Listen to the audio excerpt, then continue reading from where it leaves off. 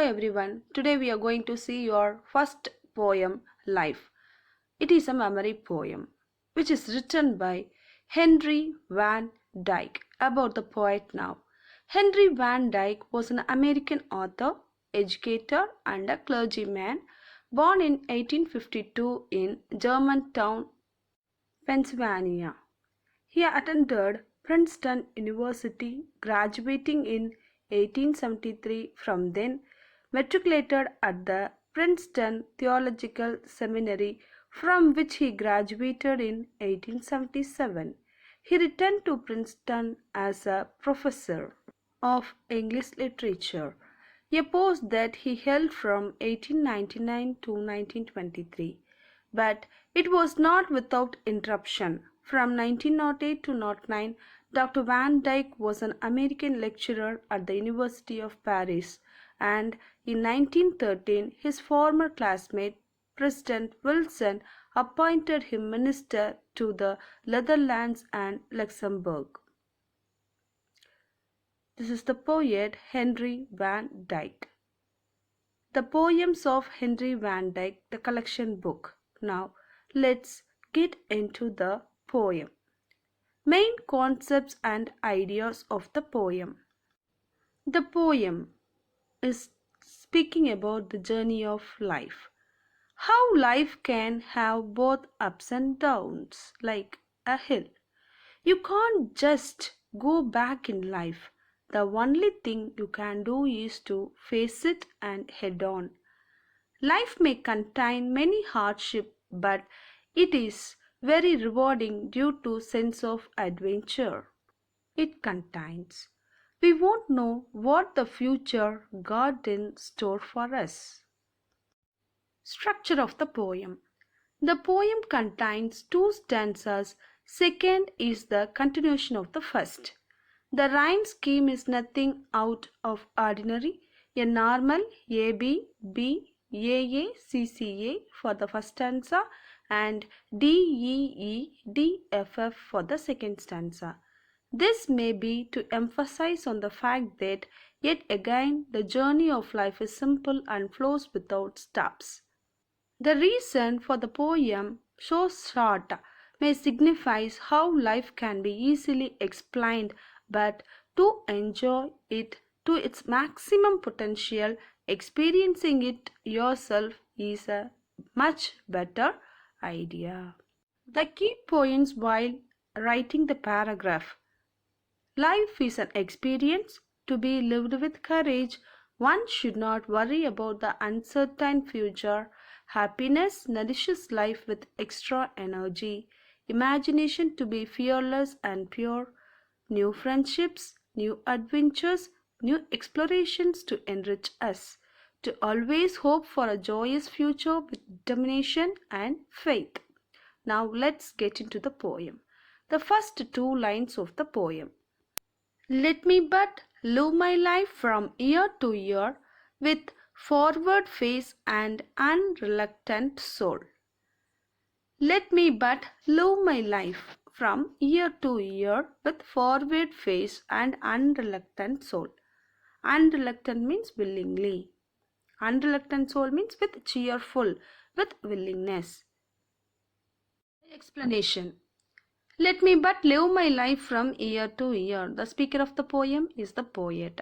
He wants to live his life looking ahead. With forward face and unreluctant soul. How he want to live? He want to live with forward face. Forward face means looking ahead. He is eagerly waiting. As years pass by, he should continue to work with willingness. He should not be hurried to reach his goal. Now, let's move to the third and fourth line. Not hurrying to, not turning from the goal, not mourning for the things that disappear. Now explanation. Not hurrying to, not turning from the goal. Who is in a hurry? The poet. What he says, he will not hurry. Why he is hurry? To reach his goal. Not turning from the goal. Turning from. What do you mean by turning from? Distracted from. He won't distract. He should not be in a hurry to reach his goal. He should not be distracted or diverted to reach his goal. not mourning for the things that disappear. He says that he will not worry, feel sad. He will not worry about the sorrowful happenings of the past, that is disappear. Disappear means no longer exist, that is past events. He won't mourn for the past events. Now let's move to the fifth and sixth line of the poem. In the dim past, nor holding back in fear from what the future veils. Now to the explanation. Here, in the dim past, nor holding back in fear from what the future veils. Dim past means forgotten past experiences. Holding back, that means retaining. Veils means hides or covers. The poet does not want to think about his dull past and hold back in fear. Why the poet is fearing? Because about his future. The future is uncertain. So he does not want to think about his dull past or hold back in fear about the future. He wanted to look forward with a happy and cheerful mind from what the future veils. He does not want to worry too much about the future. Now to the next two lines of the poem. But with the whole and happy heart that pays its toll to youth and age and travels on with cheer. But with the whole and happy heart. Whole and happy heart means with devotion. Explanation of the poem lines. But with the whole and happy heart. The poet travels his life with a whole and happy heart, with cheerful mind, that pays its toll to youth and age and travels on with cheer. Toll. What do you mean by toll? Toll means paying money while using the particular road. Here, the poet says about the travel of life while crossing the from youth to age. Youth here means early part of our life and age means old age. The expenses one has to pay during youth and old age. He likes to continue to travel unmindful of the expenses and losses that recur in youth and old age. We should continue our journey cheerfully. Now let's move to the next two lines of the poem. So, let the way wind up the hill or down, over rough or smooth, the journey will be joy. Now to the explanation of the poem lines. So, let the way wind up the hill or down. Our path may be winding uphill or downhill. It may be rough or smooth, the journey will be joy. Though his way goes up in the path of a mountain or down the valley, he would enjoy his journey.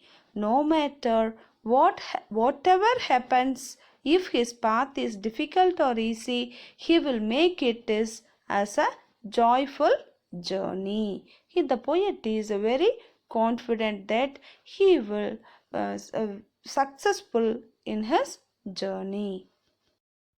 Now let's move to the next two lines. Still seeking what I sought when but a boy, new friendship, high adventure and a crown. Now to the explanation of the poem. Lines 11 and 12. Still seeking what I sought when but a boy. When the poet was as a child, he made friends with strangers. He was searching adventures, everything he needs, he sought that. So, with the same spirit, he will continue his journey and he will continue to be courageous in his exploration. Like a boy, he should seek new friends, indulge in high adventures, and win prizes. That is the crown mentioned here.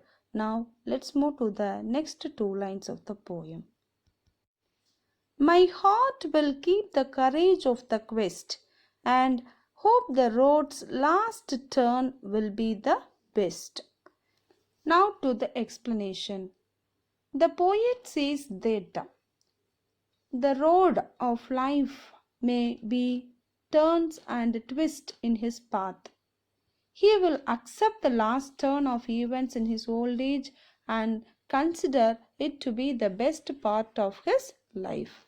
The poet encourages us to have faith and determination. One should live life with dedication, courage, and clear sense of purpose, which drives our mind and soul. If we do in this way, our turn in the life will be a beautiful journey. He hopes that every turn in his life journey will be the best. He should continue to travel joyfully, hoping the last turn means in his old age, it will be the best. If he did not mind about the past and the obstacles that he is facing in his life. The poet says that hope changes everything. Life is short, and if we enjoy every moment of every day, we will be happy no matter what happens or changes our way. Thanks for watching. If you like the video, kindly subscribe.